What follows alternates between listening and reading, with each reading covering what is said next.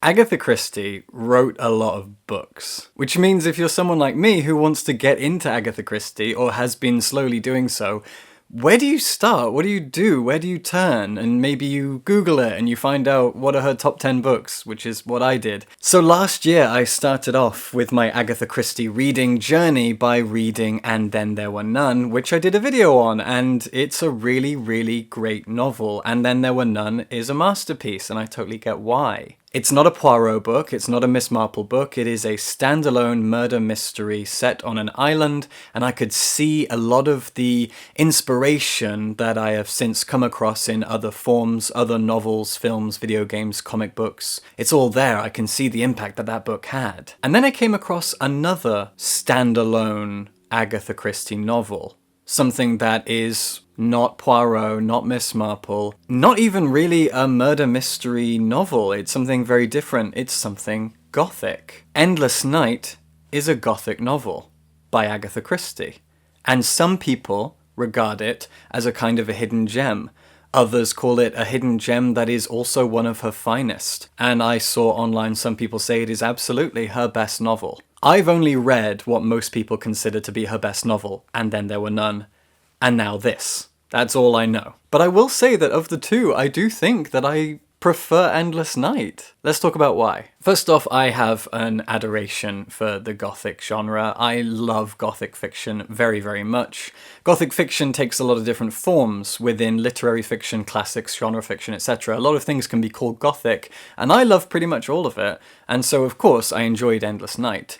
But it's a lot more than that. Endless Night is told from the perspective, in the first person, of Mike or Michael. Mike is a drifter of sorts. He is in his early 20s and he has a habit of going from job to job, place to place. He doesn't settle down, he fidgets, he just can't stay still. He's never satisfied. He doesn't have a lot of money and so he just kind of goes from job to job and does what takes his fancy. I really, really related to this aspect of Mike right out the gate. I have moved from country to country, town to town, house to house, job to job. Up until COVID, I was a digital nomad. I am a wandering soul, and so I do understand Mike, and I connected with him.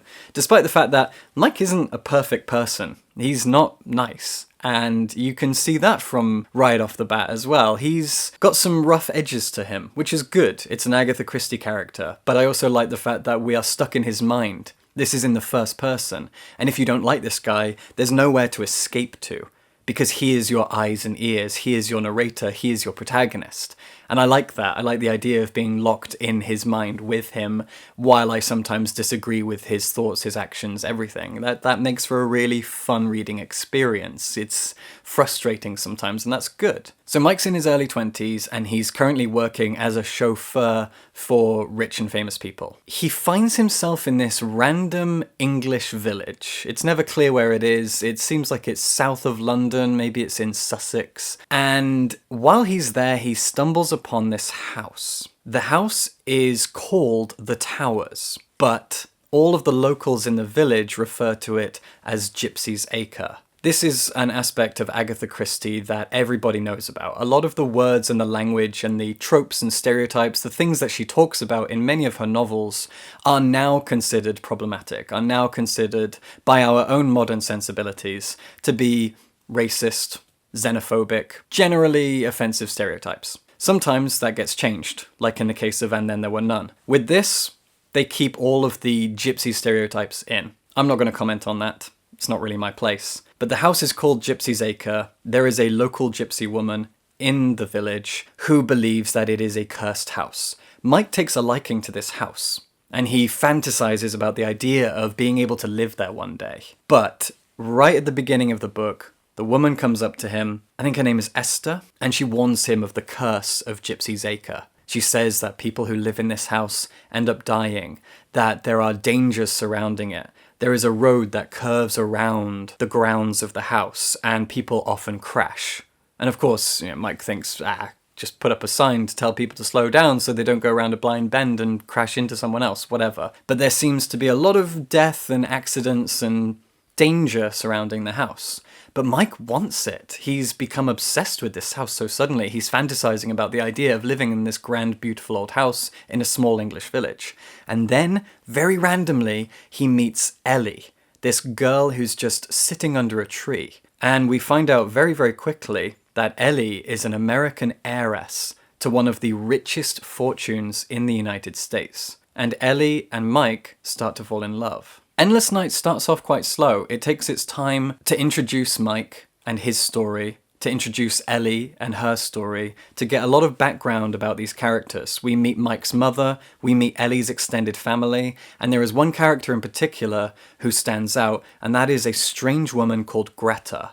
She is a Swedish-German woman who kind of looks after Ellie. She is her au pair, I think that's the phrase they use. And Ellie is around the age of 20 and she's very immature. She's a rich heiress. She's kind of been in this gilded cage all of her life. And Greta is someone that she is latched onto as someone who helps and supports her and guides her and is basically just a good friend to her. And Mike doesn't like Greta right from the beginning. He doesn't like the way she is described, he doesn't trust her, and then eventually he meets her and he still doesn't like her, but he has to come to like her. Another important character is a man called Santonix, I'm not sure. He's a mysterious guy, and he's a world-famous architect. And through his random jobs, Mike has met this architect, and he now has this dream of buying Gypsy Zaker, knocking it down, and rebuilding a fresh new house on the land with the help of this famous architect who has kind of become a friend to Mike. With Ellie's fortune, they're able to do all of that. So eventually,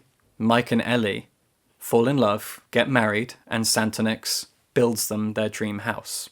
And that's when everything really starts to kick off. This is a Gothic novel in the sense that you've got a remote area, you've got a mysterious house, you've got potential supernatural elements with the fact that this house is cursed, the fact that there have been deaths in and around the house. There's a lot of mystery going on. There is a lot of claustrophobia. And there is mystery within the characters as well. We don't know if we know everything about Mike despite him being our protagonist and our narrator. We don't know everything about his past and why he is the way he is, why he wanders. We only really know that he and his mum don't get on. And we don't know that much about Ellie. It's amazing how her story, her background, her family are all drip-fed to us slowly. Mike often remarks on a person who is mentioned, an uncle, a cousin who is mentioned, and Mike has no idea who this person is, but this happens to him a lot. Quite often he doesn't know a name that Ellie randomly drops, and he has to just go, okay, so this is just another member of this giant rich family, whatever. And so the mystery is maintained. As I said, the book is slow going. The build-up takes its time, and I really, really grew to like that. Because Agatha Christie, from what I've heard from friends who've read a lot more of her books, and from my own experience reading And Then There Were None, she has a habit of dropping 100 characters in your lap in the first few chapters. You have to learn all of their names, their roles, their jobs, and you have to keep track of who they are and where they are and what they're doing at any given moment, because some of them are going to be murder suspects or victims, and you're going to have to remember who just died, who killed who's suspected of what. None of that happens here. This is a relatively small cast of characters. It's a Gothic novel. It is a small, constrained group. None of them are particularly likable. They all have faults. They all have secrets. There are shadows all the way through the book. Shadows within the characters, within the events, within the chapters. There are things you don't know and you can't see clearly. Santonix especially is such a strange man. Despite being famous and very talented and very well regarded and renowned, there are a lot of things that he says that are a little bit off. He's dying. He's dying of some blood disease, and he keeps talking about it, and Mike says, oh no, you're going to be fine. But there must be more to it, right? Maybe, maybe not. We'll see. The mystery is maintained all the way through the book. And in Agatha Christie style, things keep twisting and turning. There are revelations. There are going to be deaths.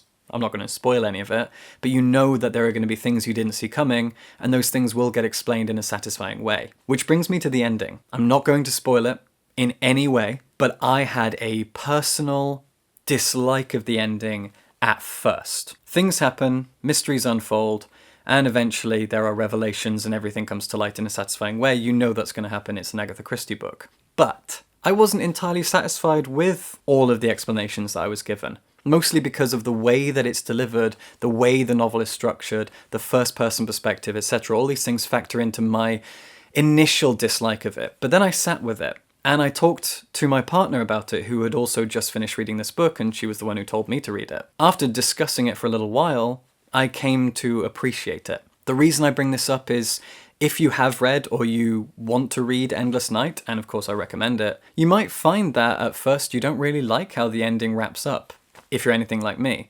But sit on it for a bit, and it kind of all, not makes sense, because it does make sense from the beginning, but the method of narration and storytelling and plot unfolding that Agatha Christie uses for this novel, I didn't like at first, and then I grew to appreciate it, and I realized, oh, actually, it does work. At first, I didn't think it worked, but it does work. You just have to give it a minute. It's very hard to talk about this book in any more detail than that, because it's a mystery, and because it's Gothic, and because it's pseudo-supernatural, and Agatha Christie is so good at asking the question, what is really going on here? Is it supernatural? Who can we trust? Who are we going to blame? Who's going to die? Who is vulnerable, etc.? All these questions.